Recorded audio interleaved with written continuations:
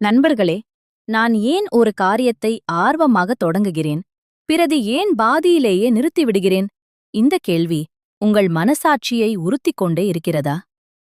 இன்று காலை நீங்கள் கண்ணாடி முன் நின்றபோது நீங்கள் யாரை பார்த்தீர்கள்?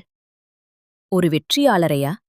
அல்லது தன் கனவுகளை சாக்குகளின் கீழ் புதைத்த ஒருவரையா?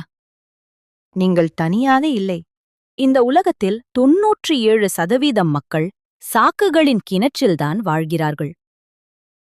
அவர்களின் காலை இன்று சாதிப்பேன்.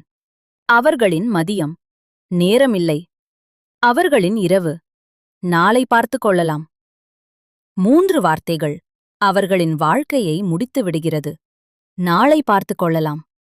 ஆனால் இந்த 97% கூட்டத்திலிருந்து வெளியேறிய அந்த 3% வெற்றியாளர்கள். அவர்களிடம் அந்த மந்திரம் இல்லை. ஒரே ஒரு விஷயம் மட்டும் உள்ளது. பிடிவாதமான தொடர்ச்சி.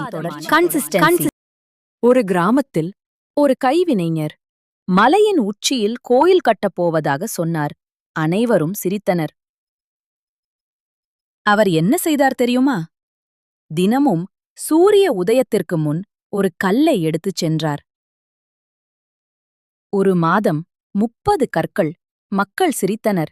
ஆனால் 5 ஆண்டுகள் கழித்து அங்கே ஒரு பிரம்மாண்டமான கோயில் நின்றது. அவர் சொன்னார், இது மந்திரமில்லை, இது கன்சிஸ்டென்சி.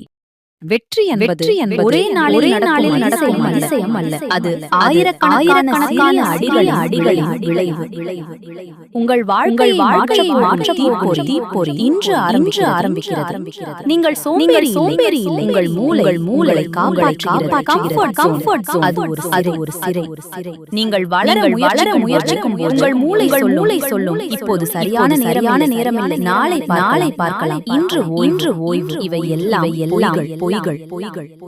சாக்குகளின் 3 காரணங்கள். 1 பயம்.